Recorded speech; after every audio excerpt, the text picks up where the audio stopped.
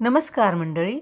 आज आपण वाचणार आहोत वि.स. खांडेकर लिखित अमृतवेल या पुस्तकातील भाग 7. चला तर मग सुरुवात करूया. नंदाने दारावरची घंटा वाजवली. लगेच एका नोकराने दार उघडले. वहिनीसाहेब आपलीच वाट बघत बसल्या ती, असे त्याने सांगितले. वसुंधरेच्या प्रशस्त खोलीच्या दाराशी त्याने तिला नेऊन सोडले. दार किलकिलेच होते. नंदाने ते हळूच उघडले. तो आवाज वसुंधरेला ऐकू गेला नसावा. ती एका कोचावर अर्धवट पाठमोरी बसली होती. तिच्या पुढ्यात एक भलीमोठी बाहुली दिसत होती. त्या बाहुलीकडे ती टक लावून पाहत होती. नंदाला नवल वाटले. त्या बाहुलीशी वसुंधरा एवढे कसले हितगुज करीत आहे हे तिला समजेना. कॉलेजात ती 8-10 महिनेच होती. तेव्हासुद्धा पर्णभारात लपून कुहू कुहू करणाऱ्या कोकिळेसारखी ती वाटायची. सदानकदा आपल्या नादात गुंग असायची. आता जहागीरदारीन झाल्यावर तिचा तो एकलकोंडा स्वभाव पार बदलून गेला असेल अशी कल्पना करीत नंदा तिला भेटायला आली होती. कॉलेजात असताना वसुंधरेचे एकच स्वप्न होते. लोकप्रिय पार्श्वगायिका होऊन खूप खूप पैसे मिळवायचे. दररोज नवी उंची साडी नेसता येईल इतके पैसे मिळवायचे. अनेक चांगल्या गायकांची ती सही नक्कल करी.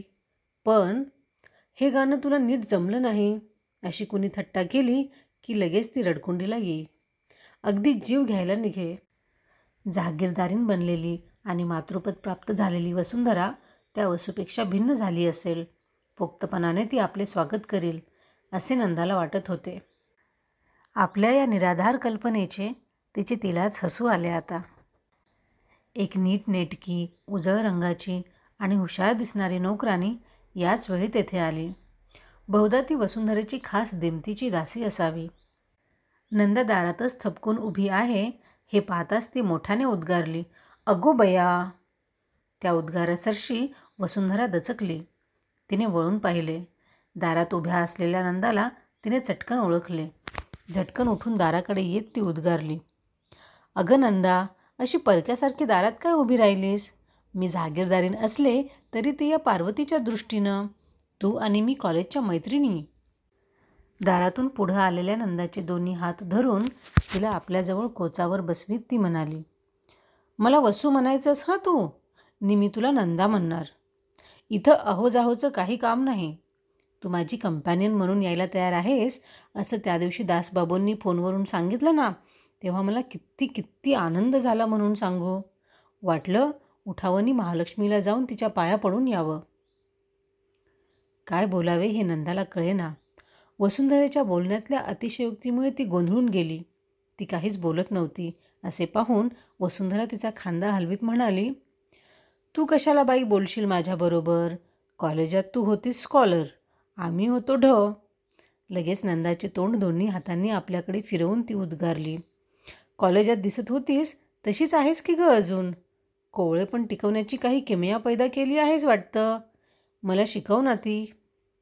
काहीतरी बोलले पाहिजे म्हणून नंदा म्हणाली, तू तर चांगली जहागीरदारीन होऊन बसली आहेस. गोड गळा दिलाय देवानं तुला. जन्मभर कोवळे पण टिकवशील तू आपलं. नंदा हे बोलली खरी, पण वसुंधरेच्या मुद्रेकडे निरखून पाहिल्यावर तिला काहीतरी चुकल्यासारखे वाटले. वसू अंगाने थोडी भरली होती, त्यामुळे तिचे देखणे रूप अधिकच खुलून दिसत होते. पण एखाद्या प्रतिभावंत शिल्पकाराने केलेल्या अप्सरेच्या आंधळ्या पुतळ्याचा भास होत होता तिला पाहून. कॉलेजात असताना तिच्या डोळ्यात चैतन्य कसे सळसळायचे. तिचे डोळे म्हणजे 2 शुक्राच्या चांदण्या वाटायच्या. ओ सजना सारखे गाणे ती म्हणू लागली की त्या डोळ्यांतून फुलपाखरे नाचत बाहेर पडायची. नंदाने तिच्याकडे पुन्हा पुन्हा पाहिले. तिचे मन चुकचुकत विचारित होते, त्या शुक्राच्या चांदण्या केव्हा मावळल्या? ती फुलपाखरं कुठं गेली? वसूविषयीच्या अनामिक करुणेने नंदाचे मन भरून गेले. नंदाचा हात हातात घट्ट धरून वसुंधरा बोलू लागली. वसूच्या हाताचा विचित्र ओलसरपणा नंदाला सारखा जाणवत राहिला. मुंबईची हवाच अशी असे म्हणून तिने आपल्या मनाचे समाधान करण्याचा प्रयत्न केला. वसू चिंतायुक्त स्वरात तिला सांगत होती, 2-3 महिने झाले बघ, मधुरेला एकदम फिट्स यायला लागल्या होत्या. खूप उपाय केले विलासपुरात, पण काही केल्या गुण येईना. म्हणून इथे घेऊन आले तिला.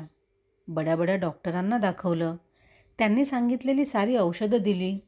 आता बरं आहे तिचं. पण माझं मन अजून काही थाऱ्यावर येत नाही बाई. वाटलं परत जाताना एक चांगली मावशी घेऊन जावं मधुरेसाठी. म्हणजे आपल्याला सोबत होईल आणि बेबीलाही एकटं एकटं वाटणार नाही. सख्या बहिणीसारखी कुणीतरी हवी होती मला. जे कुणी ओळखीचं भेटेल त्याला सांगत होते मी.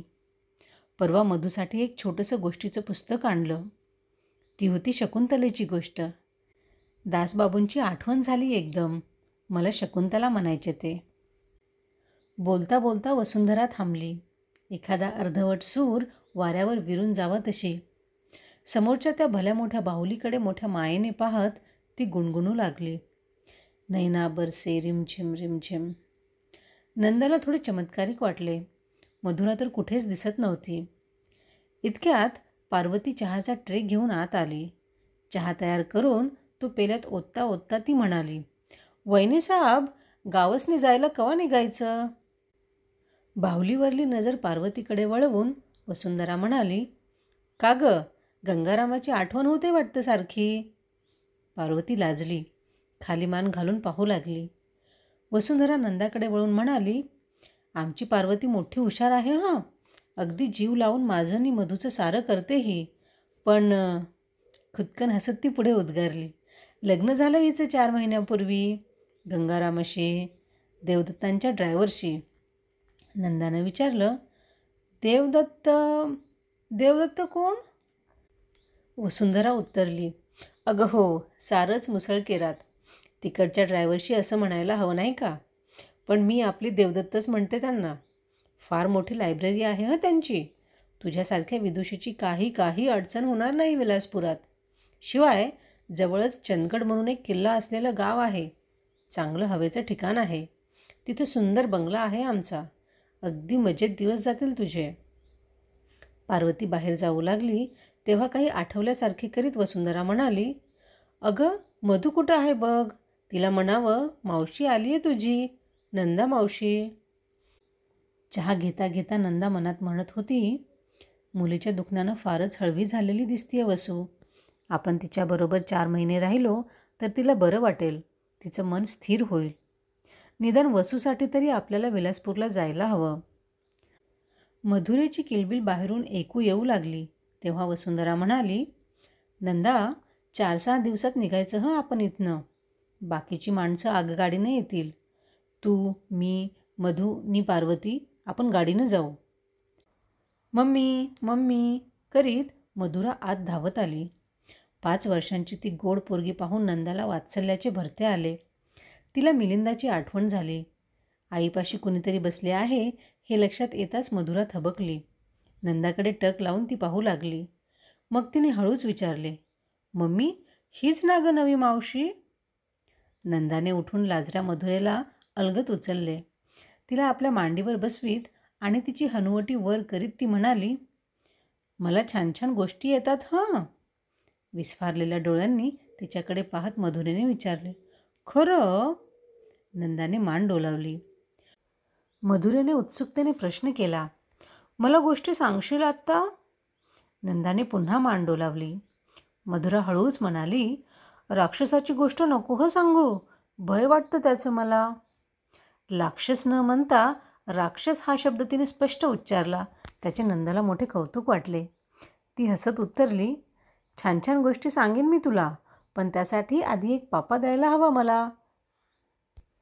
नंदा आपला पापा घेणार असे वाटून मधुरा झटकन तिच्या मांडीवरून दूर झाली. वसुंधरेच्या पुढ्यातल्या बाहुलीकडे आता कुठे तिचे लक्ष गेले. बाहुल्यांची राणी, बाहुल्यांची राणी म्हणून टाळ्या पेटीत ती उचलायला मधुरा धावली. पण वसुंधरेने ती पटकन उचलली. त्या बाहुलीला कुरवाळीत वसू म्हणाली, आत्ता नाही हात लावायचा हां हिला. 5 मिनिटात तिला अर्धमेली करून सोडशील तू. तुमच्या रक्तातच मोडतोड आहे ना, त्याला काय करायचं? बोलता बोलता ती उठली. कोपऱ्यातल्या सुंदर आरसा असलेल्या अलमारीवर तिने ती बाहुली ठेवून दिली. बाहुली न मिळाल्यामुळे मधुरा चिडली. तिचे ओठ थरथर कापू लागले. तिला चटकन जवळ घेऊन तिची समजावणी करीत नंदा म्हणाली, असं रागवायचं नाही बाई, आपण दुसरी मोठी मोठी बाहुली आणूया हां आता. तिच्या गोड बोलण्याने आणि मायेच्या स्पर्शाने मधुरा सुखावली. तिच्या ओठांची थरथर थांबली. नंदाने वसुंधरेकडे पाहिले. मधुरेच्या हाताला लागू नये म्हणून अलमारीवर ठेवलेल्या बाहुलीकडे पाहत ती तशीच उभी होती. नंदाने पुन्हा निरखून पाहिले. वसुंधरा बाहुलीकडे पाहत नव्हती. अलमारीच्या लंबवर्तुळाकार सुंदर आरशात पडलेले आपले मोहक प्रतिबिंब पाहण्यात ती गुंग होऊन गेली होती.